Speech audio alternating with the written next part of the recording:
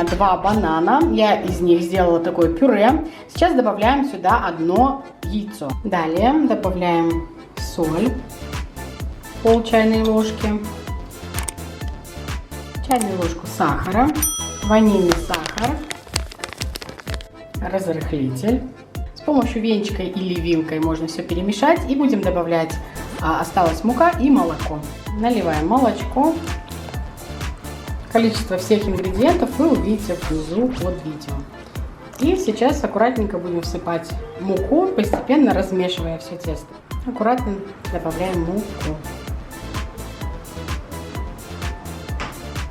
Берем сковородку, смазываем сливочным маслом немножечко. И вот так вот, в принципе, в зависимости от сковородки, наливаем блинчики. В зависимости от размера. И блинчики наши будут тоже маленькие или большие.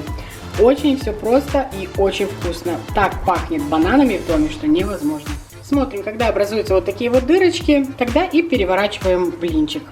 И вот он, банановый блинчик вместе со сливовым джемом. И это просто бомбически вкусно. Невероятно вкусно. Обязательно приготовьте.